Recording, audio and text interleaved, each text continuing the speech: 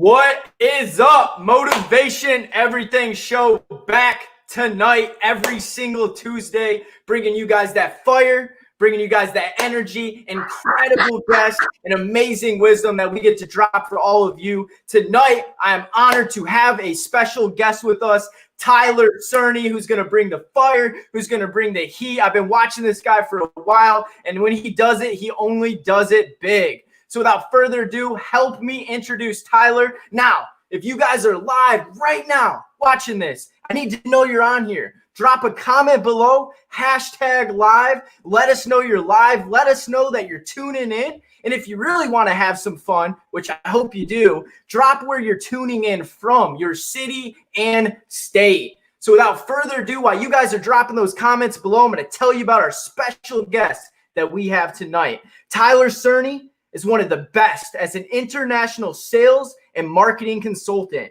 that has directly sold over $2.1 million in the last 18 months. His sales ability allowed him to work with the best, which I'm jealous, including Tony Robbins, Dean Graziosi, Daymond John, Kevin Mr. Wonderful O'Leary, Jordan, Wolf of Wallstreet, Belfort, and T Harv Eker.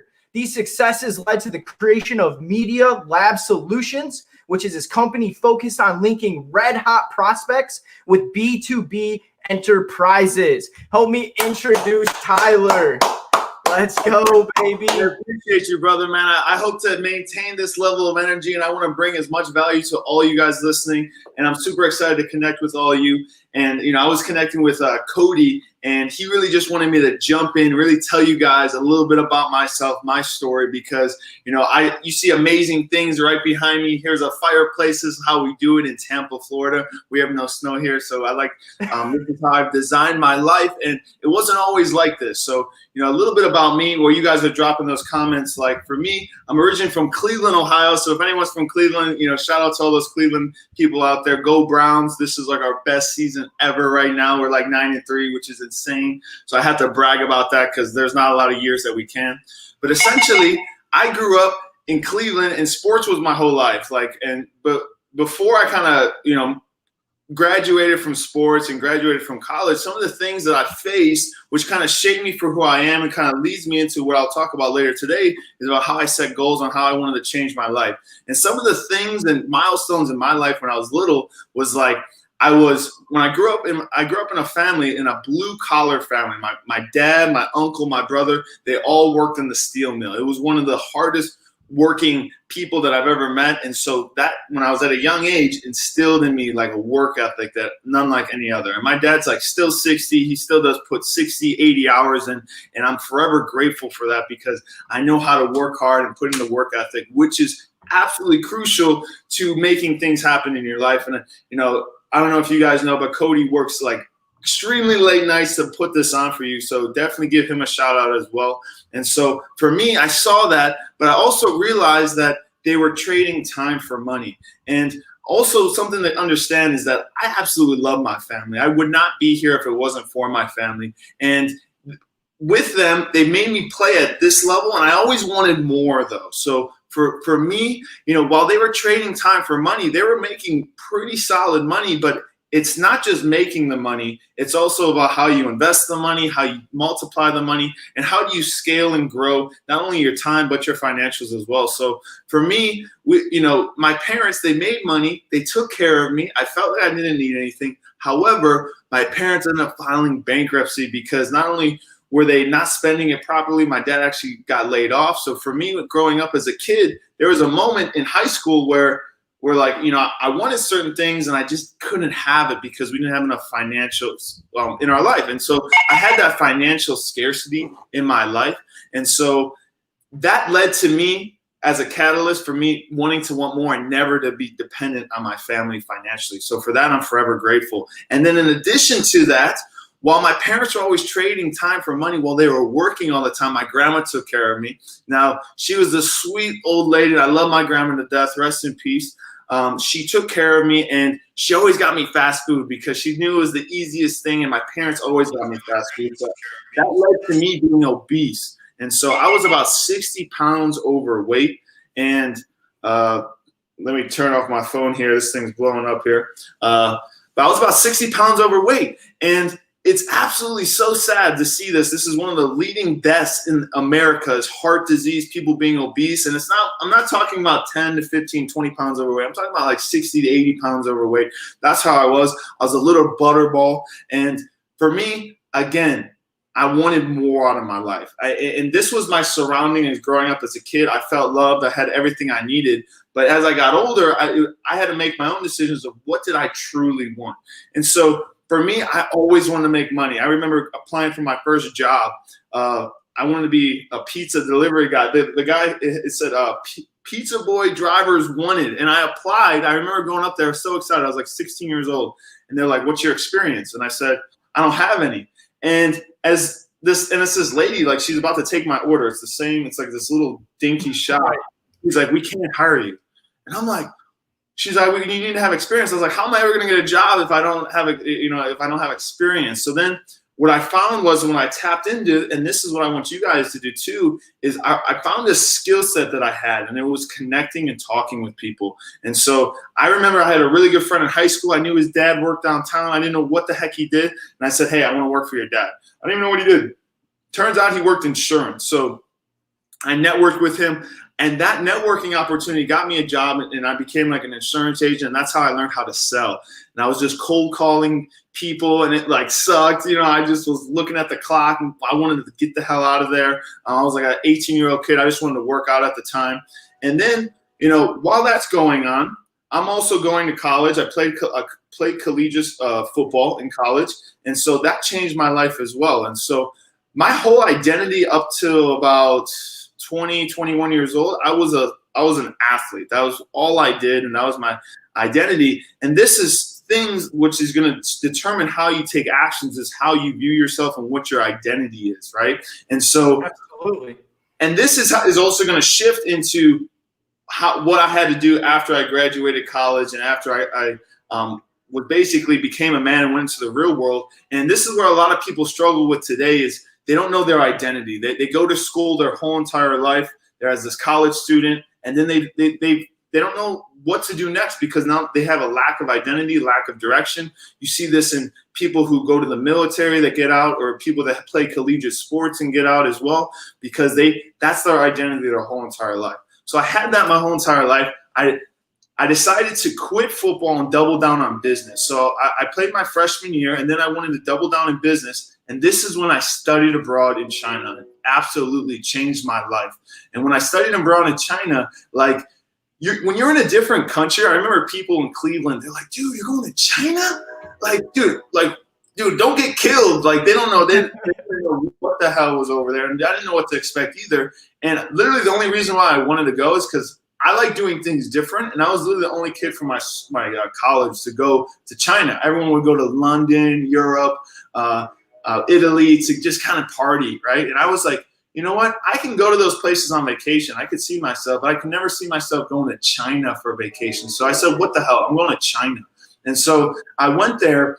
And when you go to a different country like that, you are immersed into a new culture where none of the norms you can relate with. So then you're really put in a situation where you're like, who is Tyler Cerny? Who are you? Because you have to make decisions. Because if I'm in America, I can look at other people around me and see what they do and just follow them if I wanted to. But in China, you can't do that because you don't know what those norms are. You can't speak the language and you don't know anything about the culture. So you really have to decide who you are. And so for me, that changed my life. And then, I was listening to Jim Rohn, one of my favorite mentors of all times. A lot of people don't know about Jim Rohn. He's actually the mentor. Jim's one of the greatest. Right. Yeah, I know you know it because you're in this space and you're one of the greatest too. So Jim Rohn, dude, changed my life. I remember going into college. Before class, I would be laying in bed just listening to Jim Rohn, debating whether I should go to class or not. And I knew that I wanted more out of life. I wanted to make more money. And everything that he talked about, paraphrasing, was that if you want to make more, if you want more out of life, you have to become more. And so I was like, what can I double down on? How can I become better? How can I get, And so I invested in courses. I read the books. I listened to the videos.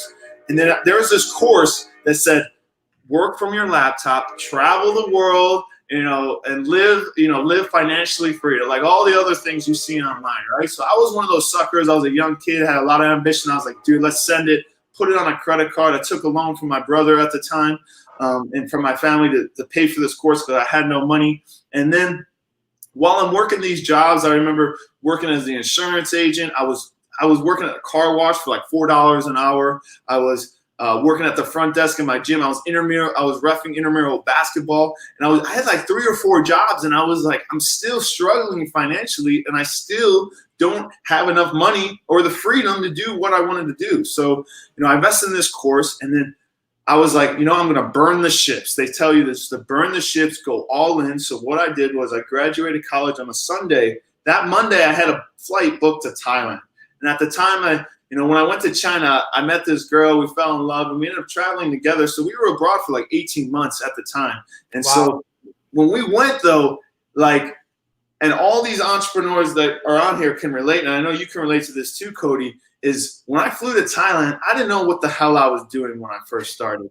And it was essentially like I jumped out of an airplane, and I'm trying to learn how to put a parachute together to make sure that it works so I don't hit the ground and die, essentially. That's how it felt. And so I'm every night. This was, not only was I in Thailand, such a tropical spot, and it was an amazing time, it was tough. It was really, really tough because I remember you can get a bag of rice like this big. It's like 10 pounds. It's like insane for like $5. I remember eating white rice. They had this sweet and sour teriyaki sauce thing that was super cheap with a bunch of sugar in it. And then they had like chicken that you could get. So I was living like as cheap as possible. And I didn't have any financial education at this point too. I didn't have any credit cards. I just had a debit card. And so for me, I'm stressed out every single day because not only am I taking care of myself, I'm taking care of my girlfriend as well at the time. And so what I was doing, what this course was telling me was taught me how to become a consultant, how to reach out to people. So I'm reaching out to people I'm sending people videos, I'm prospecting, I'm selling, and I'm just reaching out to so many people. And I love fitness. So I was like, okay, what can I do? So I did marketing for gym owners, and I was charging like $1,500 a month.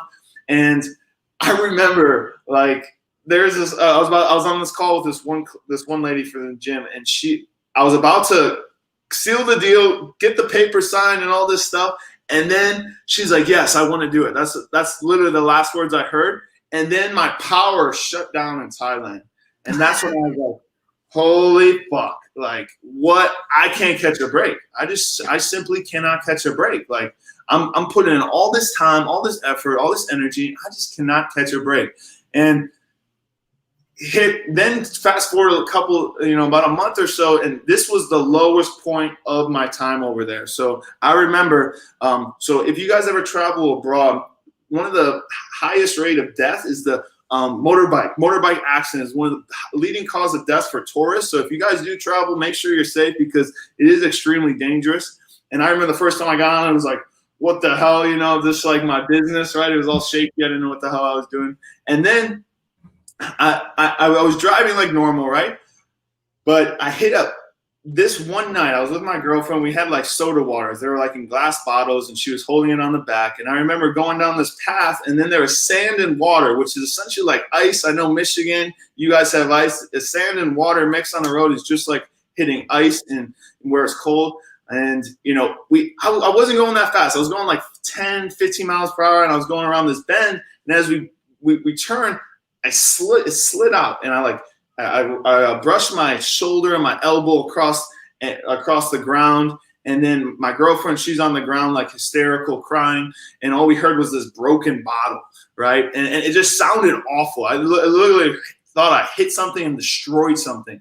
And the thing is, and this is when I knew I needed to make a change. Right when that happened, I didn't think about myself. I didn't think about my girlfriend at the time. I thought about the bike. I was like, holy crap, this guy's going to kill me because I'm renting this bike and I'm going to have to pay for this, which I don't have any money.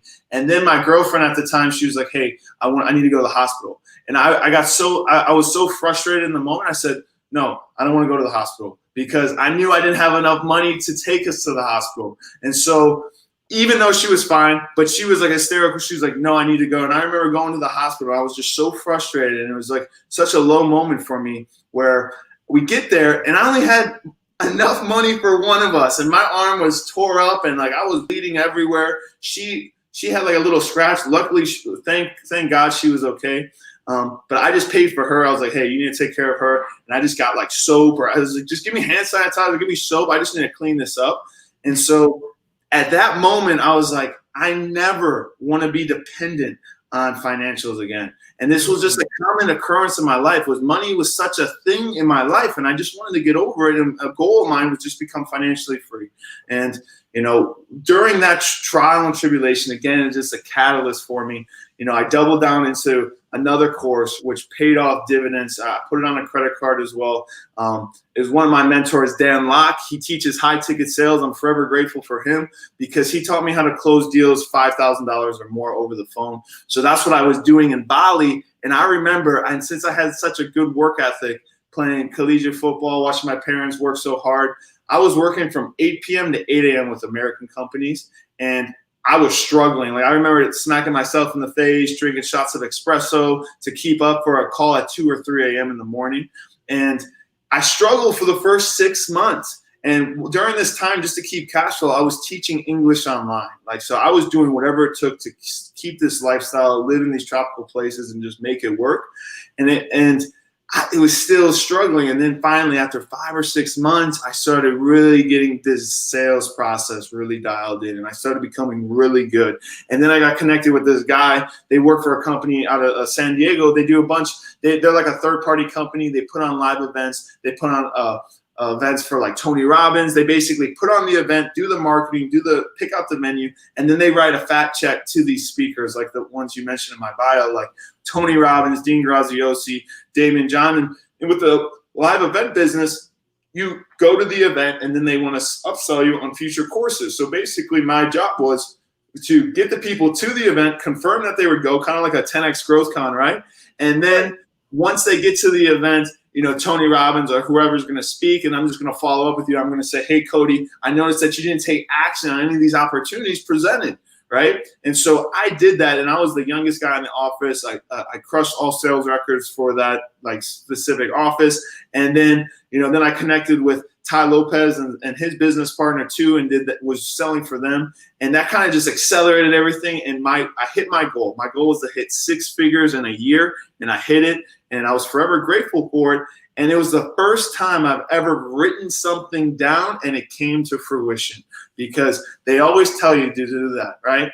Write your goals down, envision it, talk about it, all this stuff. And I remember doing that. I remember being so frustrated in Southeast Asia. Like, this shit does not work. I'm writing this down and my life sucks. My life isn't where it needs to be at. And then I realized that I had to make a couple shifts to make that a reality. So then, while I'm working with these entrepreneurs, tremendous success, made over 6 figures in a year, hit my goal. But then I hit a stage of I was burnt out, right? I was just trading time for money. I was putting in long hours. And then I was like, okay, some of these influencers, the way it's set up, you partner with influencers, you can partner with organizations, close their deals on commission only. The only way to really scale out of that is if you're a sales manager, you have multiple people working underneath you. That's one way to do it. Or you can kind of have a team and you work with multiple influencers. But it's, for me, I was just always doing really good with an influencer. And then it started to die down after, a period of time. And it was due to lead flow. The lack of consistency always resulted to lead flow. So then I was like, okay, what if I generated leads for these guys? And not only did I generate leads, what if I can provide highly trained salespeople, whether it's myself or whether it's people in my network, to fill that gap? So then there's always consistency, there's always cash flow coming in. So I saw a need in the market, created that. And then we actually just rolled out another one where another thing that lacks consistency is with marketing. To get leads on the calendar, you need to have authority. So we also have a PR part of the business as well that gets you featured in the main publications like Fox, CBS, and NBC. And so that's kind of like my transition. It wasn't always, happy, super glamorous, and, amazing butterflies and rainbows. There was a lot of trial and tribulations that I had to go through. But everything that I shared with you it's because that has gotten me to where I am today. So anyone that's listening to this, I call them why me moments. I remember, look, I know you're a believer in faith, Cody. I remember when that motorcycle thing happened, I looked up and I said, why me? Why is this happening to me? Right. And, you've had those moments. People have had these moments when they, listening right now, they ask themselves, or they ask whoever, why is this happening to me? And I remember during that moment, I was like, after the fact, I was like, you know what? I just, I was like, Lord, I know that there's a positive, but I just don't see it right now. And I really need to see it right now because this is tough. And I didn't realize it till a couple of years later that, if I wasn't financially dependent on other people or other things, and I had all the money in the world and in my bank, it doesn't matter. You go to the hospital, you can get whatever. Let's go to the spa afterwards. Let's do anything we want because we have financials. And I didn't have that. And so from there, I was like, I'm never going to be in this situation. I'll never be broken. I don't want anyone to ever experience that ever again. And so, totally. So I'm curious, you have such an incredible story. And what's amazing is everyone has this story and this adversity that they go through. But the average person lets that adversity hold them back from their full potential. A lot of people in that scenario that you were in, bike crashed, beat up in Thailand, no money, frustrated, power going out when you're trying to make a big sale. Dude, they would literally throw the towel in and just say, I give up. This is what you want. It's too hard. I'm not going to do it. I'm going to go back to America. I'm going to go live with my parents again. I'm going to give up. But you chose to take the towel and wipe your sweat off and keep on moving forward. And that's a great segue into the topic that we're talking about tonight. I know that this is a passion of yours, Tyler, and I want to give you the opportunity to really speak into the audience right now, talking about setting goals and achieving them.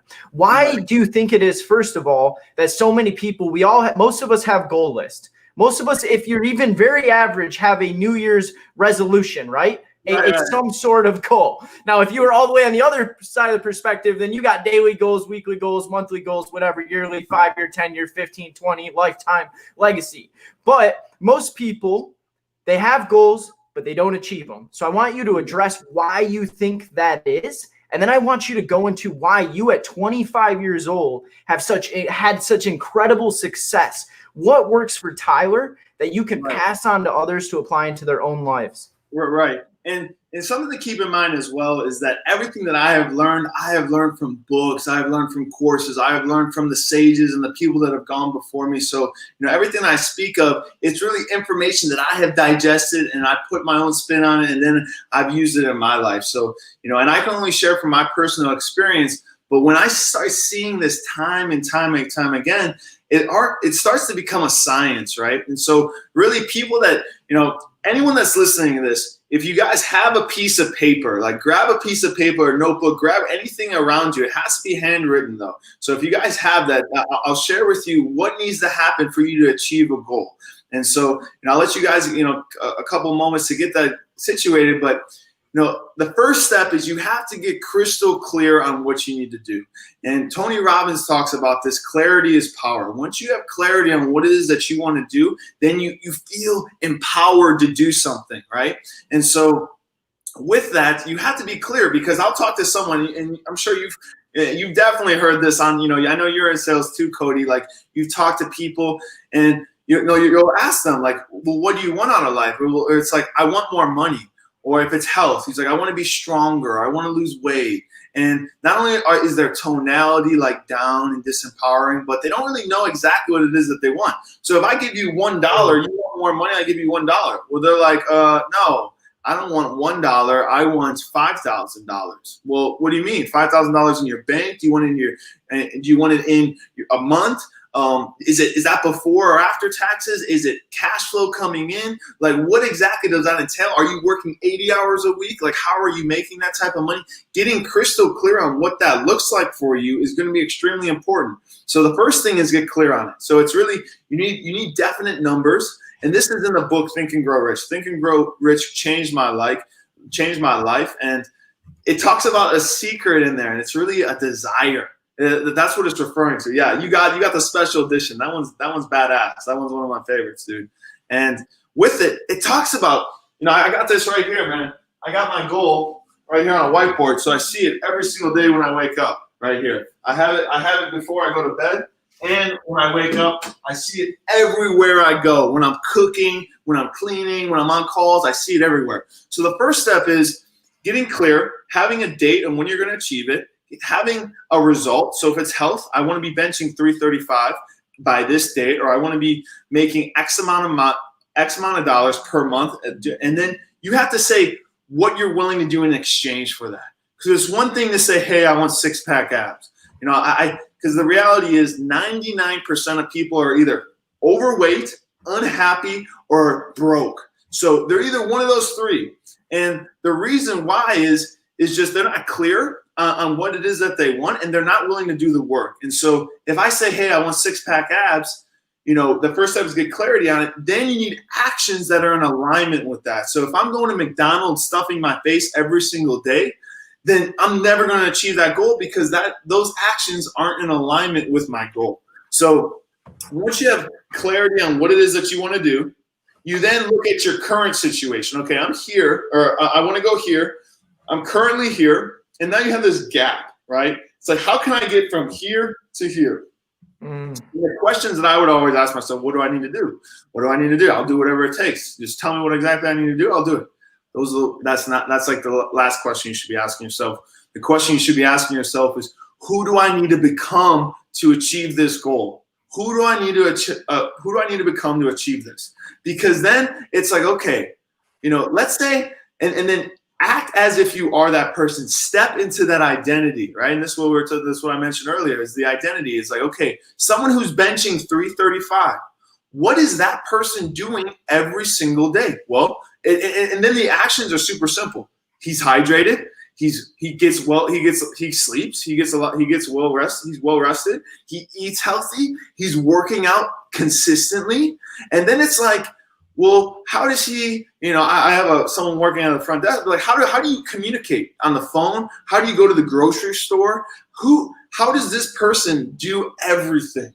And once you get clear on how that person, what does that feel like? What does it taste like? What does it, smell like to be in that? And you get really crystal clear into that vision. And here's the secret. You can tap into that identity today.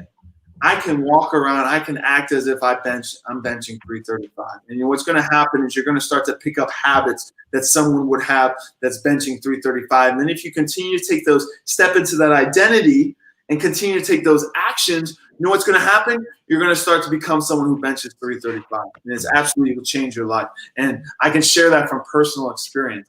And Tony Robbins talks about this again too, and I want to give him credit. It's like the success cycle here. So if you have 4 quadrants, and if you guys want to write this down, definitely write this down because this changed my life. This was a huge breakthrough for me. So you have the top left quadrant. That's potential. How much potential do you believe that you have? If you believe you have a lot of potential, you're going to take action. So that's the second one, is action. So it says potential, and then the top right is action. The bottom right is results. And then the bottom left is belief. So if you have 4 quadrants, potential, actions, results, and belief, if I have great potential, if I think I have amazing potential in sales, I'm going to be willing to pick up that sales call, or I'm willing to go to the gym because I believe I have potential to hit 335. So I will take the action. So then what happens is people take action. I'm benching, and then I go to 225 and I just fail. That's my result. So then, your results will then affect your belief. And then what happens is, I can't do 225. Then my belief in myself is like, I don't think I can do 225. So then that carries over into my potential. It's like, dude, I don't think I can actually do this. My potential is not as big as I thought. So then when you have lower potential, you take less action. When you take less action, you get less results. Get less results. That gives you a lower belief. And it's a vicious cycle downward. But if you use it to your power and you use it to good, it will change your life. And the thing is, you have to always believe and have that potential. And that's the mindset of that identity. When someone's benching 335, they're not like, oh, like they interviewed Michael Jordan. They're like, what happens if you miss the shot? They interviewed him at the end of the game. They're like, what happens if you miss the shot? I'm not thinking about missing the shot. I'm thinking about how many times I can make this shot, right? They're so focused in on that, right? My computer, the streaming, here we go, plugged in. So yeah, so then, once you have high potential in yourself, you're going to take a lot of actions because you know you can achieve it. You take a lot of action. This is where a lot of people fall. People take action and they don't get the results. That affects their belief and their potential. What you need to do is always keep that potential and that belief extremely high. And I even do it to a level where I'm optimistically delusional, where I have so much potential and belief in myself that it may not even be, logical or scientific, but that's going to allow me to take massive amounts of action. And if you continue to keep that belief, you're going to get the results. And so, yeah, don't say I'll do whatever it takes. Instead, ask who do I need to become to achieve this goal. Yeah, absolutely, man. Yeah, and if you know what I love about this, Tyler, is we're talking about goal setting and achieving goals. And typically, when you hear people talk about this subject, it's the same shit every time. They do talk about have clear and concise goals, have deadlines, have timelines, have accountability. But you touched on something that a lot of people don't talk about. Dude, you talked about identity. You talked about belief system. And I think that's more important than anything. You said, I'm delusionally optimistic about my goals. The man that thinks he can and the man that thinks he can't are both equally right. Absolutely. And it's incredible to me. And do you feel, let's talk about this. Let's chop it up about this. Like, I see so many different people, and I see people with the mindset of, I'm being realistic, right? I hate that statement. Like, I cannot stand, and I'll call my parents out. Like, I've been a dreamer my whole life. I've been ambitious, big goals. And my parents would look at me and say, you're not being realistic. And I literally tore that out of my vocabulary and was just like you, optimistically delusional about my future and where I could go and my potential, therefore creating an identity for somebody that could step into a person that is high performing and does those things. So I'm going to pass it back over to you. Let's chop it up on that. No, yeah. And so to take it a step further, okay, so the reason why this works and why it's so powerful is so you have the goal. And this is where a lot of people fail because me and you, we have this desire, we have this intensity, this passion, this fire within us, okay? So when you set the goal, what happens is a lot of people will just set a goal. Like, I want to make $10,000 a month. Well, okay, well, why do you want to make $10,000 a month? Really ask yourself, and here's an amazing exercise that changed my life. There's this guy named Harvey McKay, also another mentor to Tony Robbins. He's a best-selling author. I think he has like 7 New York Times bestsellers. This guy's crazy. And basically, he tells his salespeople, write 100 reasons why people should buy your product. Because what happens is when you write a goal, it's like, well, okay, let's say money and time isn't a factor. What would you actually be using that time and money for? And people wouldn't give you a strong enough answer. But if you have something, and here's the secret, you can only get so far if the goal's about you. But when it has nothing to do with me or you, like this interview, the way I look at this has nothing to do with me or you. It has everything to do with everyone that we can impact, right? So 100%. Now it's stepping outside of myself. And now this goal is becoming bigger than myself, right? And the reason why this works is through association. It's like, what are you associating the goal with, right? Because if I have this big lofty goal and it makes me, like, let's say $10,000 is a lot of money to me right now, and it's like, it stresses me out, it gives me anxiety because I don't know what the hell I need to do. I'm never going to think about it because it's going to give me stress and anxiety because I'm associating stress and anxiety to my goal, and I don't even want to think about it, right? Now, if I associate this goal with me actually achieving and me actually feeling amazing and actually making it happen and me thinking about all the lives that I can impact, then I'm going to wake up early. I'm going to wake up at 6 a.m. to work on my goals because it doesn't have anything to do with me. And if you guys follow Ed Milet, there was an interview with him and Tom Bilyeu, the guy that's created Quest Nutrition. He asked him, he got out of shape, and they asked him, like, how were you so consistent? How do you stay motivated? Well, he took it so drastic where he went to the hospital and he was overweight and he had a medical condition. He said, hey, if you keep this up, you're not going to be like, do you want to walk your daughter down the aisle when she's older? Because he had a little baby girl. He's like, yeah. He's like, well, then you need to make a change. And this is so powerful, man. And it comes from making a decision.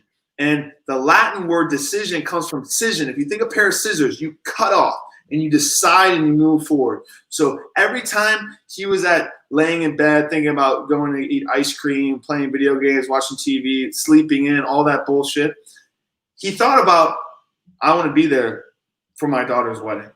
I want to be there when she walks down the aisle. So every time that he woke up at 6 a.m., he associated that activity with that outcome. And that if he chose not to do that activity, he chose not to be with his daughter.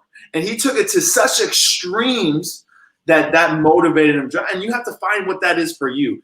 And if that goal doesn't allow you to have that feeling, because then this is stepping into another scientific law of the universe, is that the Think and Grow Rich talks about this as well.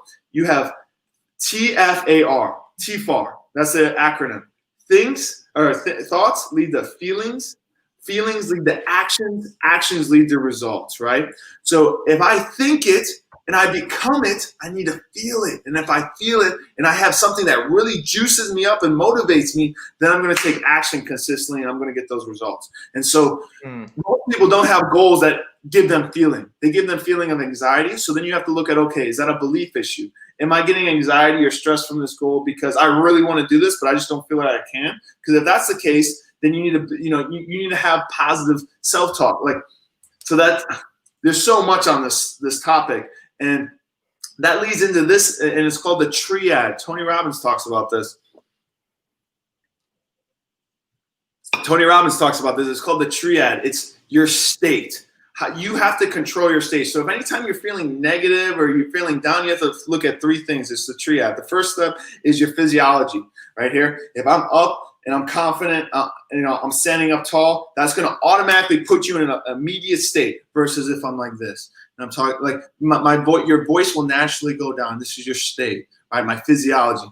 Then it's my focus. What is my focus going on? Am I focusing on all the reasons why I'm not good enough?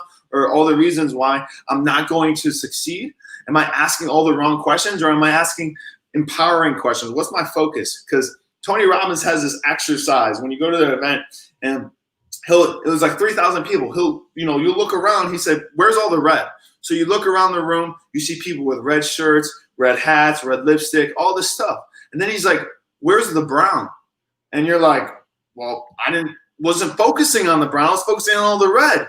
And that's exactly why this stuff works and why why people will achieve their results, because what happens is it's your reticular activating system. This is the RAS. So that, you're focusing on the red right now, but all the opportunities that you need to take advantage of that is going to get you closer to your goal are the brown shirts that have always been there. They've always been around you. They pass through you every single day. Every day you wake up, you just don't see it because you're focusing on the red.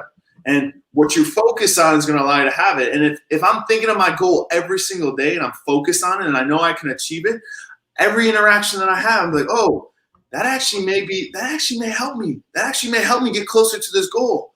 And what happens is you're going to get thought impulses. You're going to think of certain things. You're like, oh, I can actually do this. Like, me making $10,000 a month may actually not be that hard. Like if I divide it up, I need to get 10 clients at $1,000 a piece. Or, you can do the math and do the statistics and do all these things that are going to find you opportunities to get you closer to that goal. And then the third one is your self-talk, your language. So let's say I have good physiology, I have good focus, I'm focusing on my goal, I'm focusing on why I can succeed. And then it's like when you actually follow through and take action, how are you saying, like, oh, Tyler, you're a piece of shit, you can't do that? Like, what are you thinking, man? You're a kid from Cleveland, you're not allowed to make money, this isn't who you are, like, what are you doing?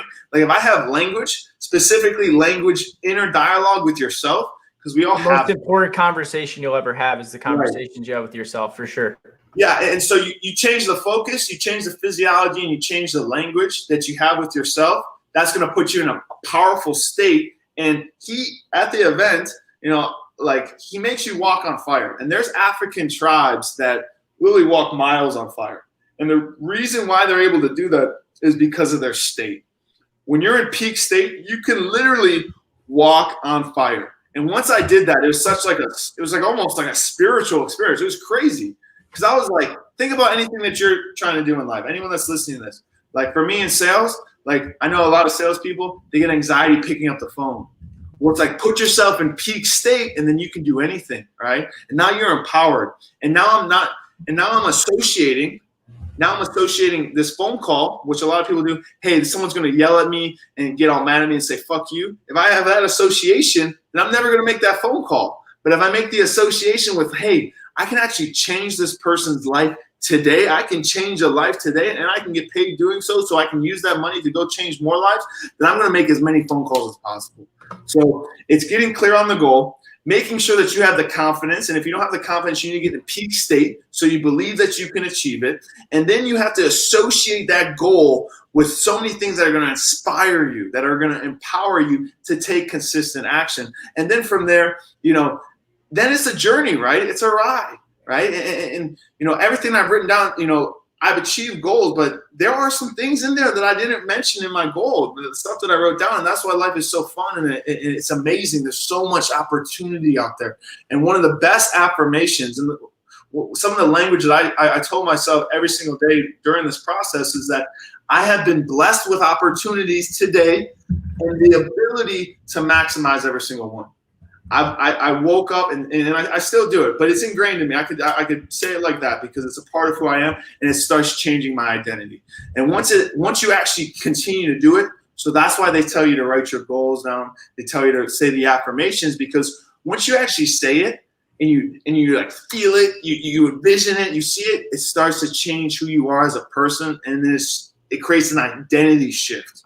And so this is extremely powerful in marketing as well, right? So if you guys look at, advertising, if you guys watch TV or you see advertising online, if you go to see Apple, right? They have this amazing music. They make you feel super cool. And then they flash the brand. It's because they're trying to associate that feeling with their brand. So it's like, oh, if you want to feel like this, buy Apple, right? And so it's so powerful. And once they created a lifestyle brand out of computers. Apple's not even the best computers in the world, but yet we all think they are because of the lifestyle and the branding they've associated with it. Right. And so once you get that dialed in, like, you can really achieve anything. So yeah, man, it's extremely powerful stuff. I mean, if anyone has any specific questions or you want to ask something specific, whether it's regarding your goal, let us know, because I want to address you. We can put you on the hot seat today. If there's any people that are willing to share about their goal and talk about, their struggles, it's getting clear on that. Because one of the best books I've ever read, and not a lot of people know about this, it's called Psycho-Cybernetics. Pick this up. It's by Dr. Maxwell Maltz. It's called Psycho-Cybernetics, and basically what it does, it talks about this identity piece. And so it starts off with the book. This lady has like a jacked up nose, right? She's like, oh, I'm not pretty. Like a lot of girls, I don't think they're pretty, whatever. And so she's like, I need to get surgery. And so she goes, she gets the surgery done, and people are complimenting her on her nose. It's like, oh my gosh, you have such a perfect nose. Like it looks amazing. But you know what she did? Since she didn't have the identity shift, since she still believed that she was ugly, even with the perfect nose, she still felt like a piece of crap. And it's not until you make an identity shift. And that's why you see a lot of people that are successful, that are suicidal. That's why you see people that are really attractive, have self-doubt, is because they don't actually have an identity shift. And the way we make decisions is a couple of things. It's based on the knowledge that we have and based off our past experience, okay? And so let's say, I grew up and, let's say, my dad like beat me. That didn't happen, but let's say it happened. And so I could just say, guys are assholes, they cause harm because I associate that with that individual. So then we as human beings, we want to always make the best decision possible in the moment, right? And so what we're going to do is we're going to tap into the knowledge that we have, and we're going to tap into our past experiences, right? And so we have to shift the identity, and that's why they talk about being around very successful people, because then you start to see how they operate on 24/7 basis. This is why people join masterminds, right? This is why people are surrounding themselves with such high-level people, because then you start to pick up on characteristics of what these highly successful people are doing. So now you're getting access. You have more knowledge. It's like a computer. It's like going to the library, and let's say I only have I'm looking for a book that's titled T. Well, my mind can only reference knowledge to A. Well, it's like you need to level up your knowledge. You need to double down on you, and that's the best investment you can make in yourself is doubling down on your skill sets, becoming more, and then you're literally overflowing with so much value, so much knowledge, so much skill set that people are going to be like, hey, I want to pay you money, and so we got a question for you. I'm going to ask it. This is from Robert Abbey. And Robert says, so serious here, after writing the goal down crystal clear and missing the timeline, how do you repower the goal? Right. So you have two decisions, man. You got two decisions that you can make. You could say, hey, this isn't for me. This was a stupid goal. This wasn't something I'm cut out for. Or you can hit it with tenacity again and say, okay, what do I need? Who do I need to become? Where does my focus need to go consistently? Because if you've had a goal written down and you've worked on it for a period of time, you're probably pretty close to achieving it. You just have to make a few minor shifts and adjustments. I'm reading this book called U Squared, another great book. It talks about quantum leaps, right? And so, yeah, you got it, bro. Yes, you already know.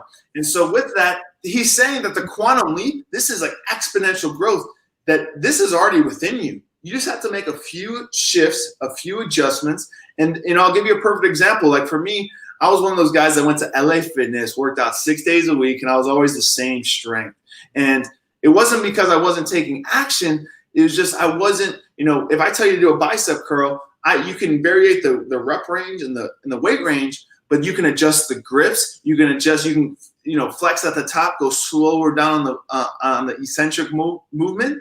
And so with that, where does your focus need to go? So if for your goal that you didn't achieve, say, love yourself. It's okay. It's totally okay because we set goals all the time. In fact, I like to set my goals so high that if I'm unable to achieve it, it's good. And if you can achieve it like that, like you need to set it a little higher. So the fact that you set a goal and you didn't achieve it, that's good that you have big thinking. So love yourself for that. But then look at where was your focus? What did you do everything in your power every single day to achieve that goal? Like, be honest with you, rate yourselves, do an assessment, do an inventory, check. Like, what could I have done better? What went well? What didn't go well? Because if you can hone in on your successes or find other people who have achieved that goal, that's a secret right there. You find someone who's already achieved the goal that you've already achieved. Because what you can do, take their identity, step into that identity, take the same exact actions that they're taking consistently. That's going to set you up for success. So if you didn't achieve it, man, how do you repower the goal? You just double down on everything. You get even more clear. You step into that. What does it feel like? What does it smell like? And one of the best exercises that I have all my clients and all my coaching clients do is write down what's the perfect day in the life look like for you. And so if you had all the time, all the money in the world, get crystal clear. What time are you waking up? What are you eating? Where are you waking up? What are you wearing? What are you smelling? How do you feel? Right? Get crystal clear on it, and then almost get into a meditative state. Close your eyes and get so into that vision and into that goal that you can feel it. And then when you wake up, it's almost like a dream. Because that's what I always did in college and high school. I always daydreamed. Like I was always thinking about being in a tropical place. And what happened was I lived in a tropical place for 18 months, right? So I was always thinking about that. I was like, if I was in Thailand, what would I be doing? Like, I didn't know I was going to be in Thailand. I just knew I was going to be in a tropical place. So the more crystal clear you can get it, you can feel it, then you can start to live it. And boom, it's automatically going to change your state. So to repower the goal, I step into that vision. I would think about it more. I'll get crystal clear on it more. And then there's even, some NLP stuff, which, it's called neuro-linguistic programming. You can actually link that feeling. So let's say that amazing feeling, you link it with your move. My move is just a little like jab like that. You have to find your own move. But every time I hit this move, I'm electrified because I've now linked this move with amazing things. And this is why, Jordan Belfort and people in sales, once they make a sale, they'll sniff something, they'll ring the bell because it's a shot of dopamine. And so anytime someone were to ring the bell, they get fired up because they have that action associated with that. So you can repower that. I want to jump in there because Tyler pretty much covered everything on that. So I'll spend a brief moment. This is another question by Robert as well, and we'll get to that in a second, Robert. What I've learned working with people and through my own story and my journey of setting goals and achieving just about all of them is, first of all, you need to analyze why you didn't hit the goal the first time. All the things that Tyler just said, getting really clear on that. Then the other thing, which I'm assuming it's going into what you just dropped now, is I would honestly say you didn't want it bad enough. If you really want a goal bad enough and you tie it, like Tyler was telling us, to an external why that's so powerful, like that story he told us, the guy that needed to get healthier, and the doctor looked at him and said, you want to walk your daughter down the aisle one day? And it took that why to empower him to get off his ass and take the action that was necessary to get his ass in shape so he had longevity with his life, so he could be there for his daughter to see her walk down the aisle. If it is too easy for you to give up on your goal, you are not going to do it. So whatever it is you have to do, Robert, you have to create a willpower so deep, so passionate, so powerful that literally someone would have to kill you to stop you from hitting that goal. And when you tap into that state, there is nobody in the world that can stop you from doing what you want to do. And we'll lead into this next question with that. He says, where was my focus? Turns out I have a fear surrounding getting live on video. How do you suggest I do reps on this? Well, if that right there, I'm going to hand this to you, Tyler, but real quick, I'm just going to say, if that is what's going to grow your business, this is the world that we live in. This is how we do business now. Guys, if you don't like it, you better get over it, or you're going to end up like Blockbuster. Find a way to get comfortable being uncomfortable and step into the world that we live in to do the things you have to do to grow your business in the way that it needs to grow, or pay someone else to do it. I'm going to hand it over to you, Tyler. Right, absolutely. And something to understand, Robbie, is that to keep it very simple, you're either moving away from fear or you're moving towards pleasure. So, and this is important to understand, because for me, like when I started off, like I had no money, I was just like, I don't want this. I'm moving away from pain and discomfort. I don't want to ever feel like this again. And I'm moving away. But once you get to a point where you start to have success, and you can't just go away from fear anymore, because if you look at it like as a chart, fear can get you so high, but then it has to be a shift. Because when you're in fear, you're like, I have to take care of myself. And this is so important. So if you're not at that stage, you have to take care of yourself, right? Because when they talk to you on the airplane, they say, okay, when the air vent comes down, who do you take it off and put it on? You put it on the baby, the little baby that's struggling next to you? No, you put it on yourself first, because you have to take care of yourself first. So you need to figure out what's going to motivate you. Is it the fear of not having something? Is it the fear of regret? Is it, for me, I never wanted to be that 60-year-old guy in the Ferrari, dude. I wanted to experience the really nice cars, and I wanted to experience the lifestyle when I was young and show people that they can do it at a young age too. So for you right here, how do you suggest I get reps on this? Is that, if we're going to dive deep and analyze this, is you're not doing it because you have some sort of association with it. You're doing some sort of like, I don't want to create the video because someone's going to see this. They're going to be like, hey, Robbie, you're a piece of shit. You suck, dude. What are you talking about? That's so wrong. Or you have some sort of, self-doubt. You have some sort of fear around it, which is totally natural. Right? So now you have to, and this is what comes down to having 100 reasons why you should create the video. That's what you need to do, is create a list of 100 reasons why you need to create this video. This is going to allow me to make more money. It's going to allow me to have more impact. It's going to allow me to build deeper relationships. It's going to allow me to spend more time with my family. It's going to allow me to give more to the communities and charities that I care about. And you have a bulletproof list of like 100. Just create a list of 100. It'll move me one step closer to this, right?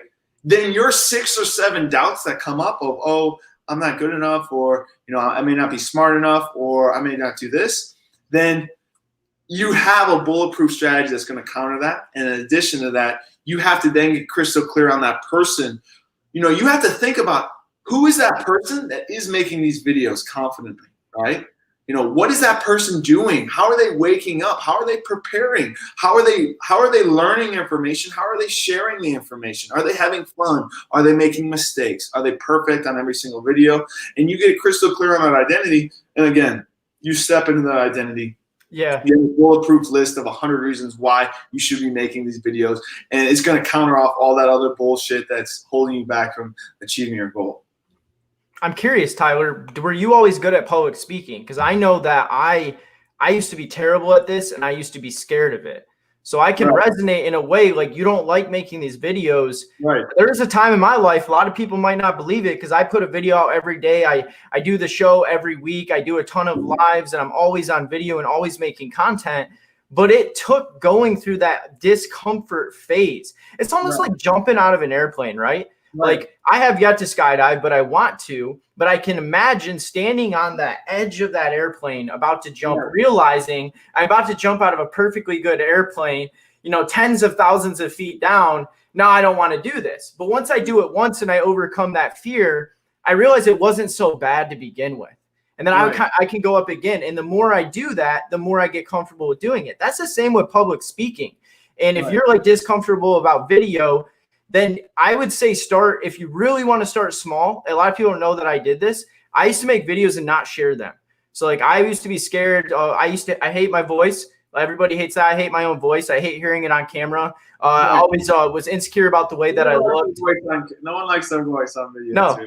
And like, I could go through a list of insecurities that I had about making videos. And I realized that I had to overcome those fears to build the life that I wanted to build for myself. Right. So first I just started making videos, and then I was scared to even watch them just because they annoyed me. But over time I repped it out and got to the point where I live my life by better done than perfect. And I would advise you to write that down, Robbie. Better done than perfect.